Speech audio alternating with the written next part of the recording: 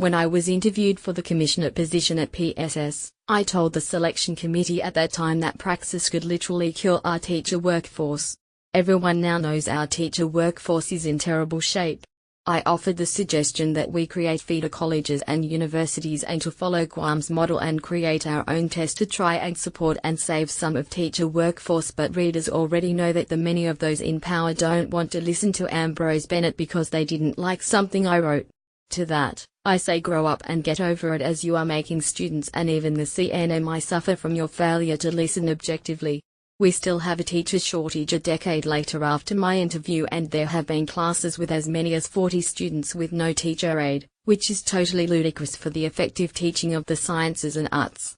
Only vocational courses are capable of accommodating so many students as long as they have the room, support staff and the equipment for these hands-on educational experience. It was the bilingual teachers who suffered the most, as they had no real background in the required history, math, and subject matter in praxis. Praxis was meant for teachers who have taken a litany of coursework in the fields of arts and sciences, not Chamorro or Carolinian.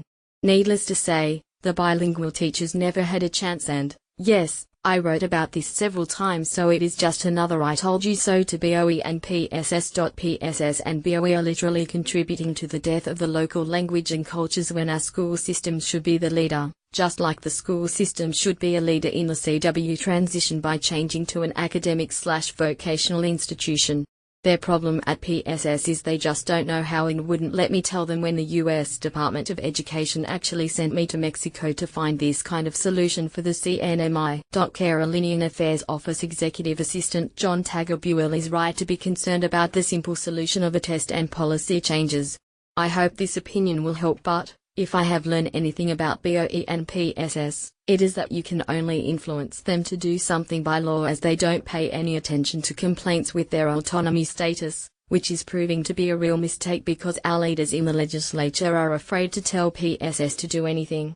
They are quick to create some legislation for the BOE and PSS, but just try and get them to do something that will make BOE and PSS change.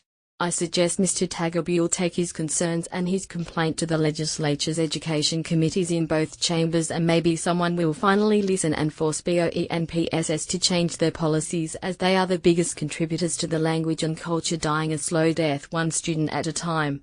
The preservation of language and culture is purely an educational practice that PSS is not practicing. Wake up, locals, before your language and culture is literally dead.